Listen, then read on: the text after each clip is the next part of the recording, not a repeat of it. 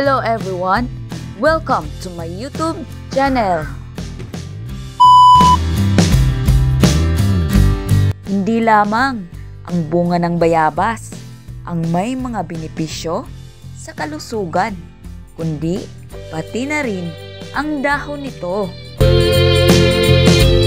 Ang dahon ng bayabas ay ginagamit bilang halamang gamot para sa iba't ibang kondisyon tulad ng sugat, ulcer, impeksyon, pagtatae, ubo, sipon, lagnat, at diabetes.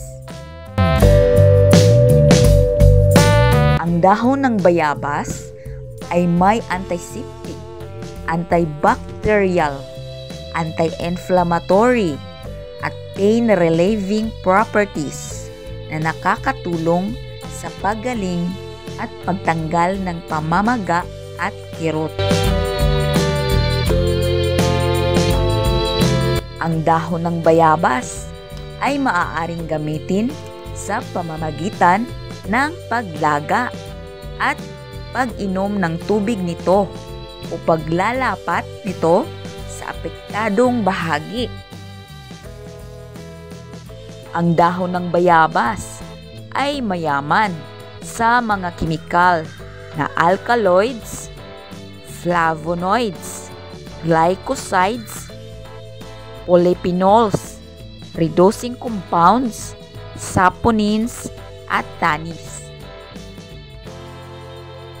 Ang mga ito ay may kakayahang labanan ang mga impeksyon, pamamaga, sugat, at iba pang mga problema sa balat.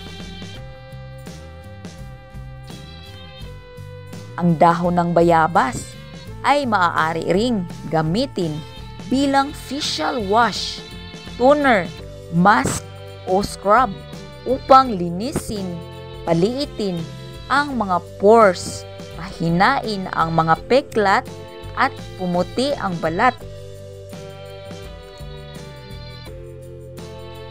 Ang bayabas o guava ay isang prutas na mayaman sa mga health benefits. Ito ay nagmula sa mga tropical na lugar ng Amerika at ngayon ay matatagpuan na rin sa iba't ibang bahagi ng mundo.